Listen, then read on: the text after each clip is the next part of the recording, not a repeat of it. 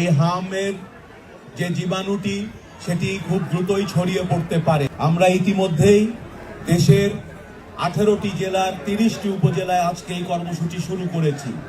আমাদের সরকার একটা বৈজ্ঞানিক পদ্ধতির ভিত্তিতে আমরা এই সিদ্ধান্তগুলো নিচ্ছি। সারা দেশ থেকে তথ্য সংগ্রহ করছি, সেই তথ্যের ভিত্তিতে আমরা কোন কোন উপজেলা বেশি আক্রান্ত সেগুলোকে শনাক্ত করছি।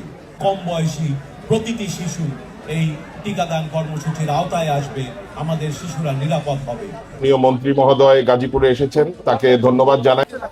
এবং একইভাবে আজকের এই যে শিশুদের হাম ও রুবেলার যে সেটার প্রতিরোধ করার জন্য বিশেষ ব্যবস্থা আমাদের মাননীয় প্রধানমন্ত্রীর নির্দেশে আমাদের স্বাস্থ্য অধিদপ্তর এবং মন্ত্রণালয় সহ আজকে মন্ত্রী সাহেব এখানে উপস্থিত হয়েছেন।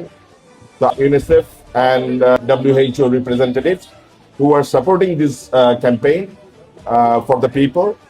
তারা আপনাদের শিশুদের স্বাস্থ্যের ব্যাপারে সচেতন থাকবেন। তো শিশুকে এই টিকাটা দেওয়া অত্যন্ত জরুরি।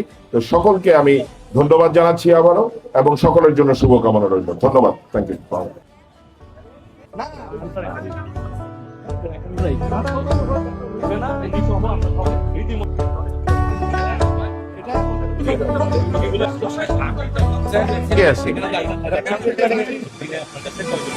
আর এমনি সিভিল সার্জন মহোদয়কে বলে গেছে।